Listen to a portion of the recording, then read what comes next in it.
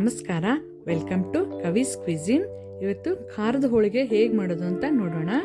ಮೈದಾ ಹಿಟ್ಟು ಒಂದು ಸ್ವಲ್ಪ ಎಣ್ಣೆ ಹಾಕೊಂಡಿದ್ದೀನಿ. ಈಗ ಒಂದು ಸ್ವಲ್ಪನೇ ನೀರು ಹಾಕೊಂಡು ಹಿಟ್ಟನ್ನ ಕಲಿಸ್ಕೊಳ್ಳೋಣ. ಒಂದೇ ಸತಿ ನೀರು ಹಾಕೋದು ಬೇಡ, ಸ್ವಲ್ಪನೇ ನೀರು ಹಾಕೊಂಡು ಕಲಿಸ್ಕೋಬೇಕು. ಈ ತರ ಇರಬೇಕು, ತೀರಾ ಗಟ್ಟಿ ಏನು ಬೇಡ. ಈಗ ಹೂರ್ಣ ರೆಡಿ ಮಾಡ್ಕೊಳ್ಳೋಣ. ಒಂದು ಪಾತ್ರೆಗೆ 1.5 ಬಟ್ಲು ನೀರು ಹಾಕೋತಾ ಇದ್ದೀನಿ. ಇದೇ ಬಟ್ಲಲ್ಲಿ 1 ಬಟ್ಲು ಅಕ್ಕಿ ಹಿಟ್ಟು ತಗೊಂಡಿದ್ದೀನಿ, ಅದಕ್ಕಾಗಿ 1.5 ಬಟ್ಲು ನೀರು ಹಾಕೋತಾ ಇದ್ದೀನಿ.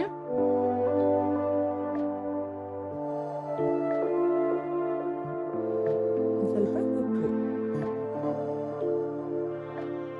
ಇದು ನೀರು ಕುದಿಬೇಕು, ಅಷ್ಟರಲ್ಲಿ ಮಸಾಲ ತಯಾರು ಮಾಡ್ಕೊಳ್ಳೋಣ. ಒಂದು ಮಿಕ್ಸಿ ಜಾರಿಗೆ ಹಸಿಮೆಣಸಿನ್ಕಾಯಿ, ಕರಿಬೇವು, ಕೊತ್ತಂಬರಿ. ಇದು ಖಾರದ ಹೋಳಿಗೆ ಆಗಿರೋದ್ರಿಂದ ಸ್ವಲ್ಪ ಖಾರ ಇರಲಿ, ಹಸಿಮೆಣಸಿನ್ಕಾಯಿನ ಜಾಸ್ತಿ ಹಾಕೊಂಡಿದ್ದೀನಿ. ಜೀರಿಗೆ,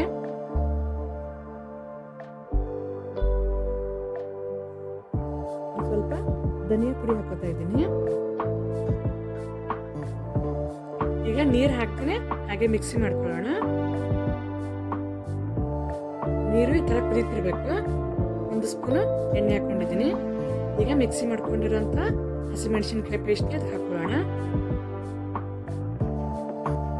ಅಕ್ಕಿ ಹಿಟ್ಟು ಕಡಿಮೆ ಫ್ಲೇಮ್ ಇಟ್ಟು ಸ್ವಲ್ಪನೇ ಹಾಕೊಂಡು ಮಿಕ್ಸ್ ಮಾಡ್ಕೊಳ್ಳಿ.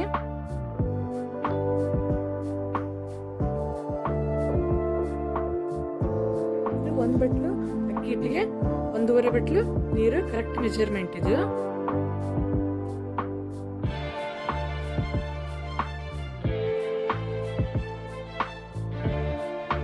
ಈ ರೆಸಿಪಿ ಇಷ್ಟ ಆದರೆ ಲೈಕ್ ಮಾಡಿ, ಶೇರ್ ಮಾಡಿ, ಚಾನೆಲ್ನ ಸಬ್ಸ್ಕ್ರೈಬ್ ಮಾಡ್ಕೊಳ್ಳಿ. ಈಗ 1-2 ನಿಮಿಷ ಅದನ್ನ ಹಾಗೆ ಮುಚ್ಚಿಡೋಣ. 2 ನಿಮಿಷ ಆಗಿದೆ, ಗ್ಯಾಸ್ನ ಆಫ್ ಮಾಡ್ಕೊಳ್ಳಿ. ಇದು ತಣ್ಣಗಾಗಲಿ. ಇದು ಪೂರ್ಣ ತಣ್ಣಗಾಗಿದೆ. ಸಣ್ಣ ಸಣ್ಣ ಉಂಡೆ ಮಾಡ್ಕೊಳ್ಳೋಣ.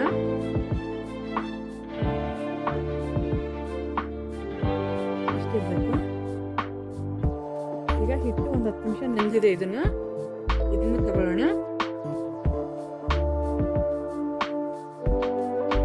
ಈಗ ನಾರ್ಮಲ್ ಹೂರ್ಣದ ಹೋಳಿಗೆ ಹೇಗೆ ಮಾಡ್ತೀವಿ ಅದೇ ತರ ಮಾಡ್ಕೊಳ್ಳೋದು. ಹೂಕೋಸಿದ್ದು ಪರೋಟ ಹಾಕಿದ್ದೀನಿ. ಆ ರೆಸಿಪಿನ ಒಮ್ಮೆ ಚೆಕ್ ಮಾಡಿ ನೋಡಿ. ಇಲ್ಲೇ ಮೇಲೆ ಕಾಣಿಸುವಂತ ಐ ಬಟನ್ ಕ್ಲಿಕ್ ಮಾಡಿ ನೋಡ್ಬೋದು.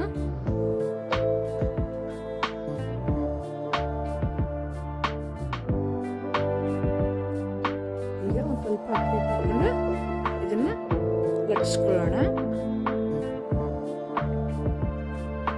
ಪೂರ ತೆಳುನೂ ಬೇಡ, ಪೂರ ದಪ್ಪನೂ ಬೇಡ.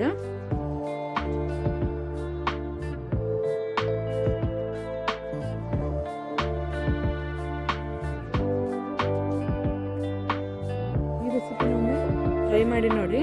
ಇಷ್ಟ ಆದರೆ ನೀವು ಇದನ್ನ ನಿಮ್ಮ ಫ್ರೆಂಡ್ಸ್ ಜೊತೆಗೆ ಶೇರ್ ಮಾಡ್ಕೊಳ್ಳಿ.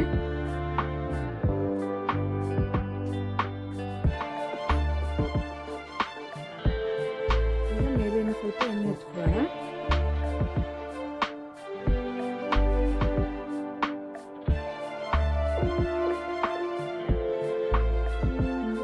ಎರಡು ಸೈಡ್ ಬೇಯಿಸ್ಕೋಬೇಕು.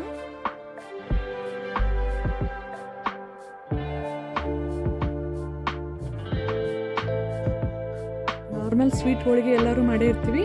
ಈ ರೆಸಿಪಿನೊಮ್ಮೆ ಟ್ರೈ ಮಾಡಿ, ಹೇಗೆ ಅನಿಸ್ತು ಅಂತ ಕಮೆಂಟ್ ಮಾಡಿ.